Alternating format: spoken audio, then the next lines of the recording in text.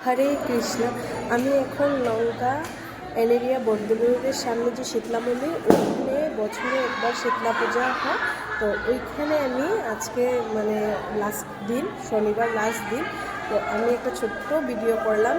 আমি দেখাচ্ছি যে শিব মন্দির। এখন আমি শীতলা মন্দির দেখাবো। খুব সুন্দর মন্দির একটা হলো আমাদের অ্যানেরিয়া শীতলা মন্দিরের শীতলা ঠাকুর। খুব সুন্দর হয়েছে ঠাকুর, দেখো সবাই ঠাকুর দর্শন করে। খুব সুন্দর হয়েছে ঠাকুরের মূর্তি।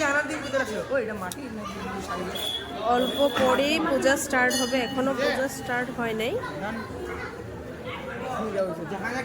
আছে আছে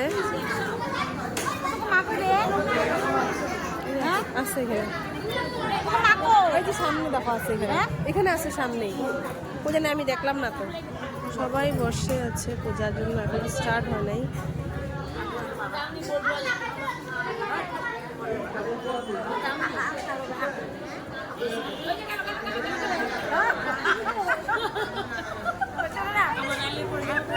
হাই করলে হইব না, নমস্কার দিতে লাগবো।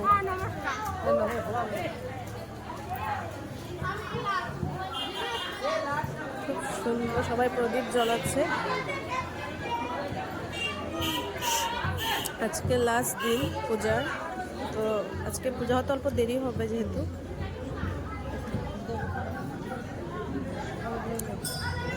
এখানে বেলুন লাগানো আছে, কেন লাগানো আছে ঠিক বলতে পারছি না, অল্প পরে বোঝা যাবে, হয়তো কিছু একটা করবে।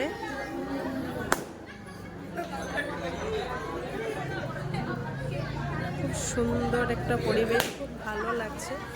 এমনও কিছু একটা পূজা টুজা হলে খুব ভালোই লাগে আমাদের।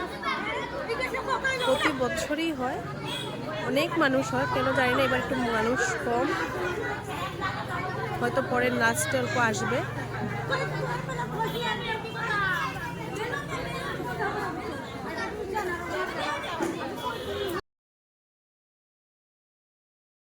ওই শীতলা মন্দিরের ভিতরে শিব মন্দির আছে। শিব মন্দিরের সামনের সাইডটা খুব সুন্দর।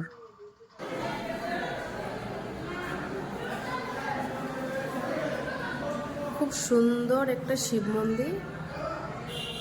শিব মন্দির দর্শন হওয়ার পরে শীতলা পূজার যেই পুরোহিত মশাই করছেন, উনি আজকে 25 বছর থেকে ওই শীতলা মন্দিরেই পূজা করছেন। তার জন্য ওনাকে দিয়ে কেক কাটিং করিয়েছে। তারপরে ওইখানে যত মহিলা মানুষ আছে বা মহিলা যারা এই পূজাটা করে, ওনারা সবাই মিলে ওই পুরোহিত মশাইকে কিছু একটু বস্ত্রদান করে ওনাকে সম্মান জানিয়েছেন। তার জন্য সবাই খুশি হয়েছে, কেন কি উনি অনেক দিন থেকেই পূজা করছেন বা উনি অনেক সুন্দর করে পূজা করেন। আর উনি আমাদের পাড়াতেই থাকেন যেহেতু, তো খুব সুন্দর করে পূজা করে খুব ভালো লাগে। তো ওনাকে সবাই মিলে অল্প সম্মান জানিয়েছে। হ্যাঁ, আমাদেরও খুব ভালো লেগেছে দেখে, সব মিলে